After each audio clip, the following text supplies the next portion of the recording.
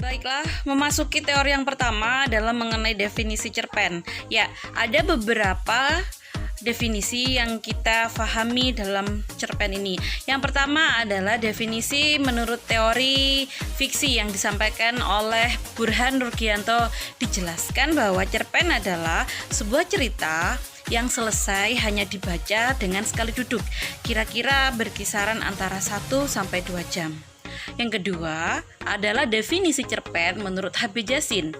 Menurut Habib Yasin, cerpen adalah cerita singkat yang harus memiliki bagian terpenting, antara lain perkenalan, pertikaian, dan penyelesaian. Beda lagi dengan definisi yang ketiga yang disampaikan oleh J.S. Badudu. Menurut J.S. Badudu, cerpen adalah suatu cerita yang menjurus serta terfokus hanya pada satu peristiwa saja. Baiklah, untuk yang selanjutnya kita akan membahas tentang jenis-jenis cerpen. Jenis cerpen dibedakan menjadi 2. Yang pertama, berdasarkan panjang pendeknya. Berdasarkan panjang pendeknya, cerpen dibedakan menjadi 3. Yang pertama adalah cerpen yang sangat pendek atau disebut sebagai short story. Biasanya cerpen ini kurang dari 500 kata.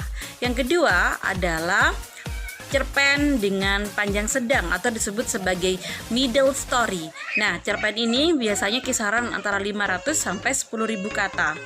Nah, yang ketiga adalah cerpen dengan cerita yang sangat panjang yang disebut sebagai long story. Nah, cerita ini biasanya ditengarai atau dicirikan dengan ceritanya yang lebih dari 10.000 kata. Nah, biasanya cerpen jenis ini disebut juga dengan novelette. Yang selanjutnya adalah kita akan membahas tentang jenis cerpen berdasarkan isi ceritanya.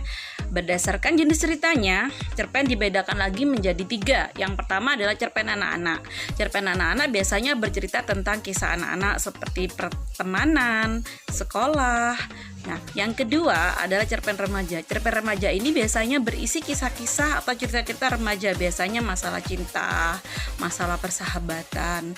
Dan yang terakhir adalah cerpen mengenai orang dewasa. Biasanya kalau cerpen orang dewasa ini menceritakan tentang cerita-cerita kejadian-kejadian sehari-hari dalam kehidupan berumah tangga atau dalam kehidupan kerja. Ya, langsung saja untuk materi selanjutnya adalah ciri-ciri cerpen. Ciri-ciri cerpen dibedakan sebagai berikut. Yang pertama, panjangnya kurang dari 10 halaman. Nah, karena pendek makanya tidak sampai 10 halaman. Kalau kamu lihat di koran-koran juga biasanya kadang ada yang 1 halaman saja. Yang kedua, habis dibaca sekali duduk. Jadi kalau kamu membaca cerpen cukup dengan duduk sebentar saja pasti sudah selesai. Beda dengan novel yang mungkin bisa dibaca sampai berjam-jam atau bahkan berhari-hari. Yang ketiga, hanya ada satu peristiwa yang menguasai jalannya cerita. Jadi yang dimaksud di sini adalah cerita cerpen biasanya hanya pada satu peristiwa saja. Misalnya ada peristiwa anak yang bertengkar dengan temannya, atau pada peristiwa keluarga antara anak yang bertengkar dengan orang tuanya. Ya sudah, hanya pada satu titik cerita saja.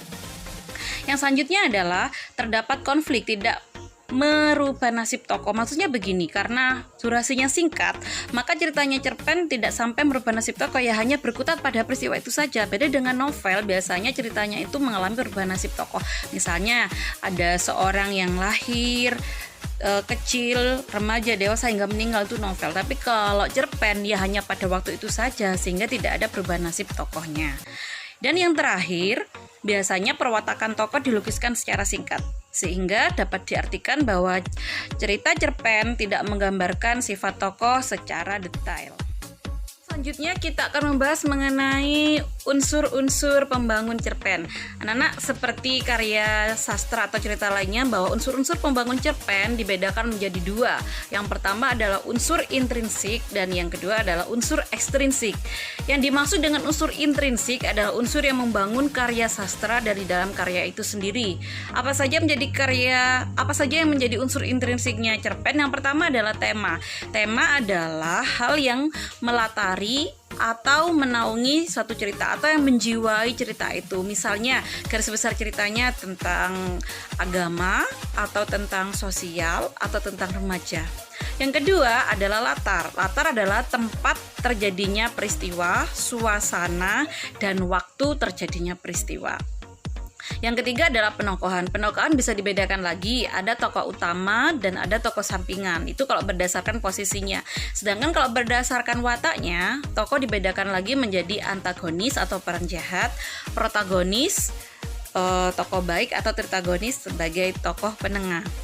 Yang selanjutnya adalah sudut pandang. Sudut pandang adalah cara penulis untuk menceritakan tokoh dalam cerita. Nah, biasanya sudut pandang ini dibedakan menjadi dua, sudut pandang orang pertama dan sudut pandang orang ketiga. Sudut pandang orang pertama biasanya ciri-cirinya sering sekali menggunakan kata aku. Sedangkan sudut pandang orang ketiga sering sekali menggunakan kata dia. Oh ya, satu lagi. Yang ketiga itu adalah sudut pandang orang serba tahu, jadi menyebutkan semua nama tokoh. Yang selanjutnya adalah alur. Alur dalam cerita dibedakan menjadi tiga, ada alur maju, ada alur mundur, atau campuran. Alur maju maksudnya ceritanya dimulai dari awal hingga akhir. Sedangkan kalau alur mundur menceritakan di akhir cerita lalu kembali mengingat masa lalu. Sedangkan kalau alur campuran adalah alur yang menceritakan cerita sorot balik. Jadi cerita sekarang ingat lagi di zaman dulu dan kembali lagi di zaman sekarang.